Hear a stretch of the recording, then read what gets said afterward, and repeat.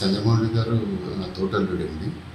వాళ్ళు 18వ తారీఖున చంద్రమౌళి, మా వదిన గారు అండ్ అదర్ 2 కపుల్స్ కాశ్మీర్ వెళ్ళారు. 18వ తారీఖు నుంచి బయలుదేరి వెళ్ళారు.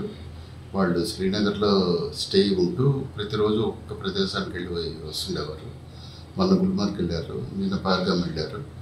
పహల్గామ్ అరౌండ్ 1-1:30కి అక్కడ రీచ్ అయిన తర్వాత ఈ టెర్రరిస్ట్ అటాక్ జరిగింది. అందరూ పారిపోయారు. ఈ 6గురు కూడా పారిపోతుండగా చంద్రమౌళి గారు కొంచెం స్లో అయ్యారు, ఏంటి మరి తెలీదు.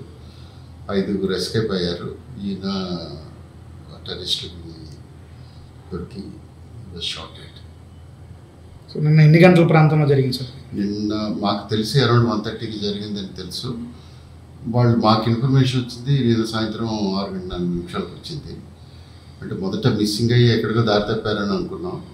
రాత్రి అరౌండ్ 1:30కి అక్కడ లోకల్ అడ్మినిస్ట్రేషన్ వాళ్ళు వచ్చి మా వాళ్ళని వచ్చి చూడమని చెప్తే హాస్పిటల్కి వెళ్ళారు. వెళ్ళాక దే ఫౌండ్ ద బాడీ.